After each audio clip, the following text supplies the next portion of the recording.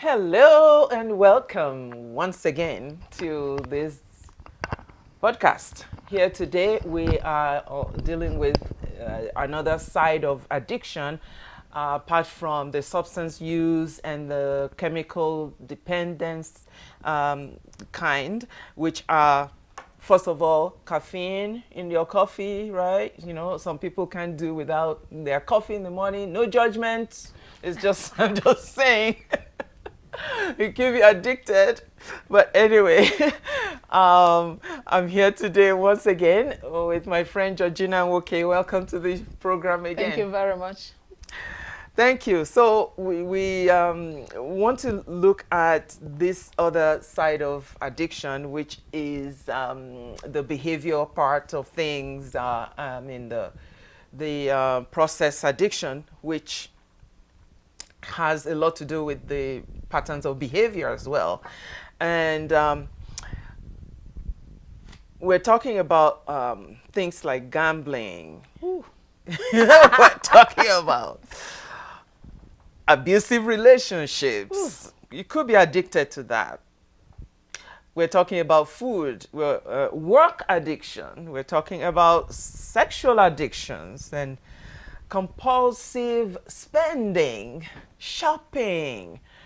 You know, Georgina, when I was in the like counseling college school, Okay.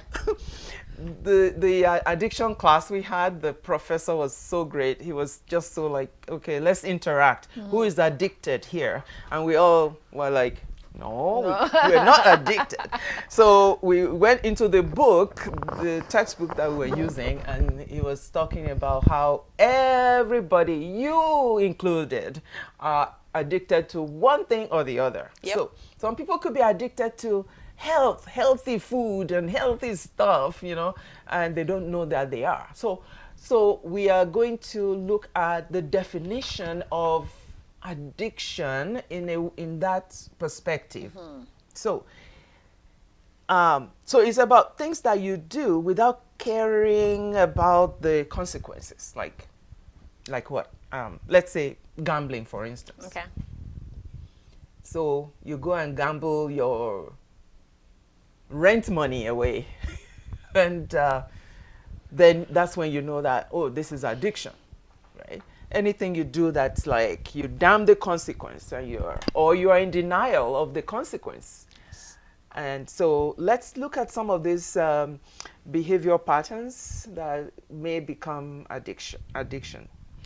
You know, like you said about gambling, right? It might just be, okay, let me go online. You know, I'm bored. Let me just play $5, $10, and then maybe you win like $50. Then the next day, you say, oh my God, I'm going to play $100 to see if I'm going to win more. And before you know it, you find yourself going to casino. But these days, people don't even have to go to casino to gamble, right? They can gamble right from their bedroom. Oh, wow. And before you know it, you've swiped your credit card, all the money is gone. Wow. Okay. What about abusive relationships? Ooh. When it comes to abusive relationship, there are people who are attracted to only abusive relationships. If that relationship is not abusive, they tell you, oh, no, it's boring. That is sad. You know, it's very sad, but the thing is that the person in such situation doesn't see it as sad. And it's also a pattern, right? It's about the familiar. It's a familiar territory.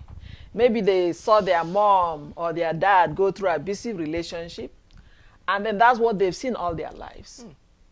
And abusive relationship is like magnet. Wherever they go, they attract abusive partners. Wow. And before you know it, they've settled with an abusive, in an abusive marriage. And then they tell themselves, it's okay, I can cope with it. And that's why sometimes you see women who meet men who can look after them, kind and nice to them. They tell you, no, he's very boring. Wow. I can't stand him, he's very boring. I can't stand her, she's very boring.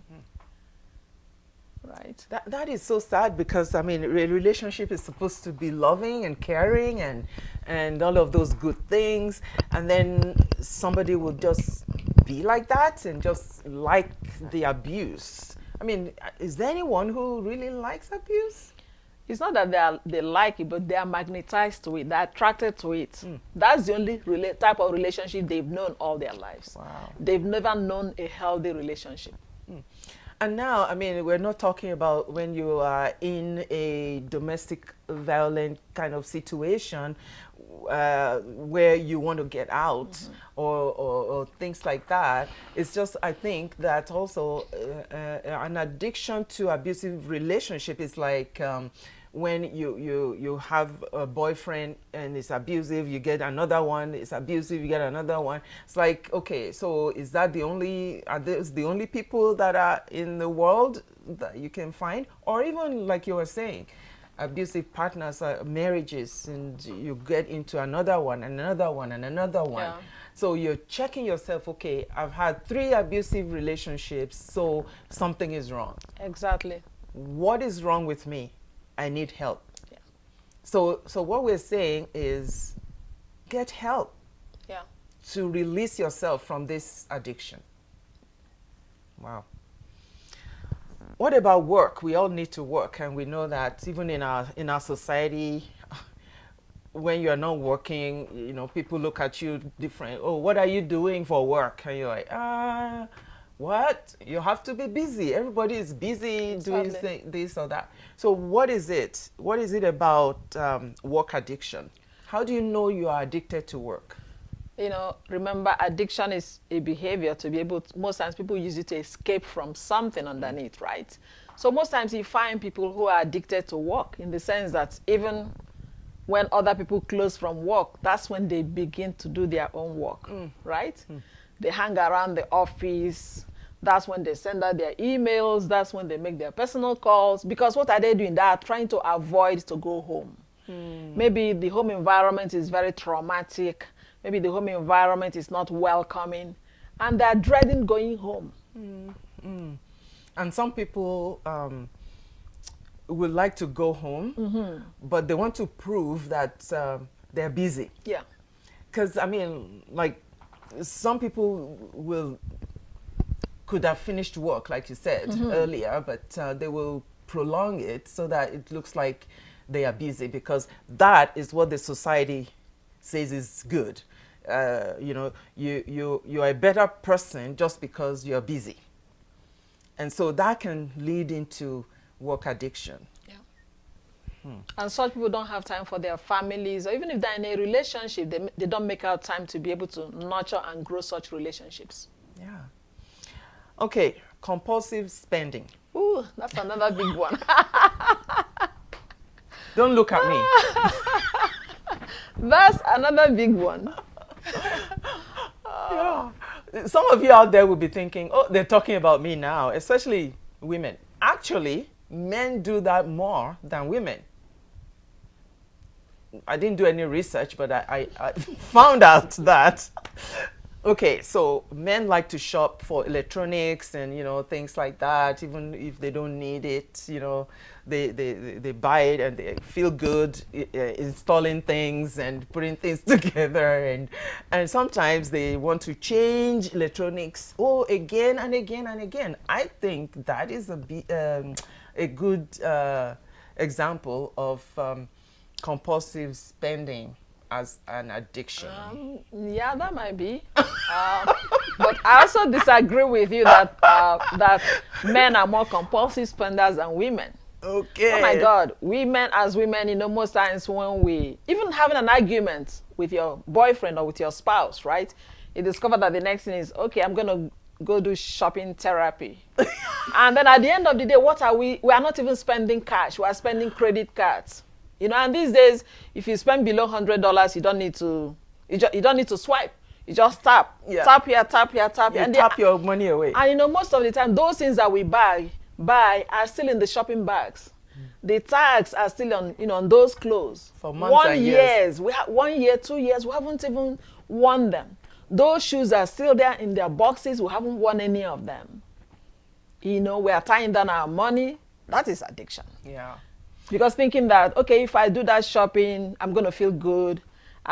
It's a way of taking care of myself. It's going to make me feel happier. But the truth is that even when you get home, whatever caused the argument is still there. Yeah, and you haven't dealt with And it. you haven't dealt with it. Well, you know what? I mean, some people will agree with me. Even some men out there, they will agree with me that, you know, some of those electronics don't need changing. Why change them if they're not broken? Well, anyways, that's my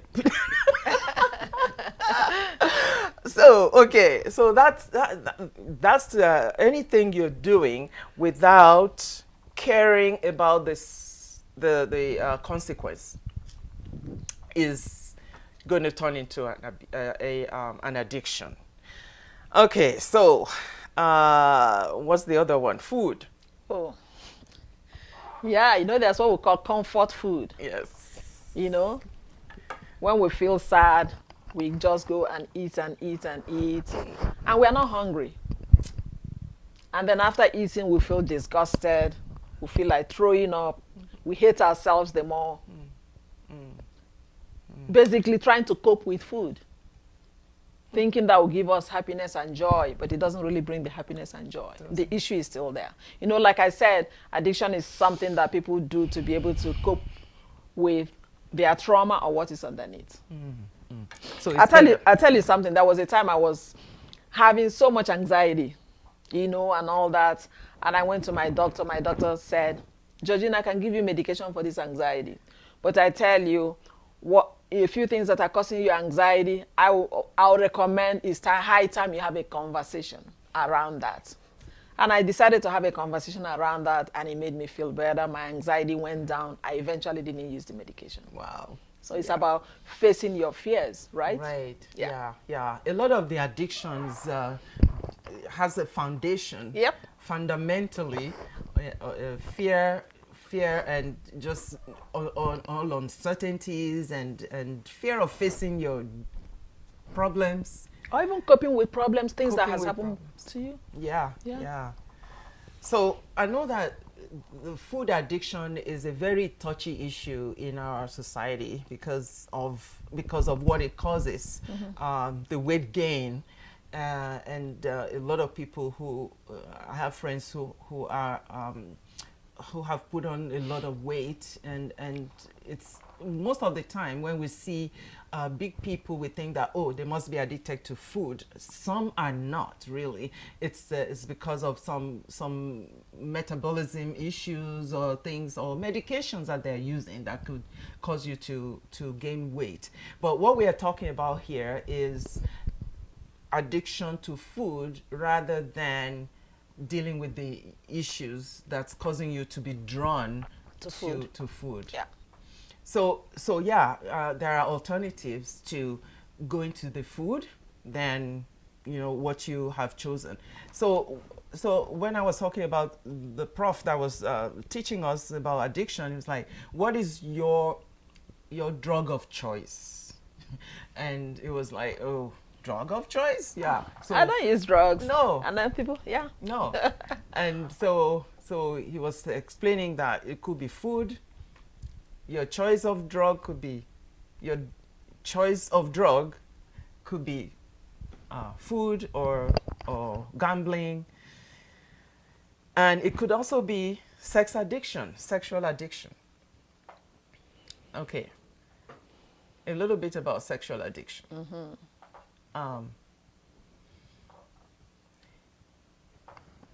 What is that? I think it's self-explanatory. When people can't be satisfied with one relationship, even when they're in a serious relationship or in a marriage, they kind of sleep around. They're never satisfied with one man or one woman. You know, something is wrong. Yes. Yeah. So it's anything you do because you are never satisfied. Actually, it's part of the. And like I said, people use it to kind of cope and avoid what is underneath, right? Yeah. And you know, most times when people are experiencing or having sex addiction, it's always very, you know, addictions are very, very secretive. People keep it secret, right? Because of fear of judgment.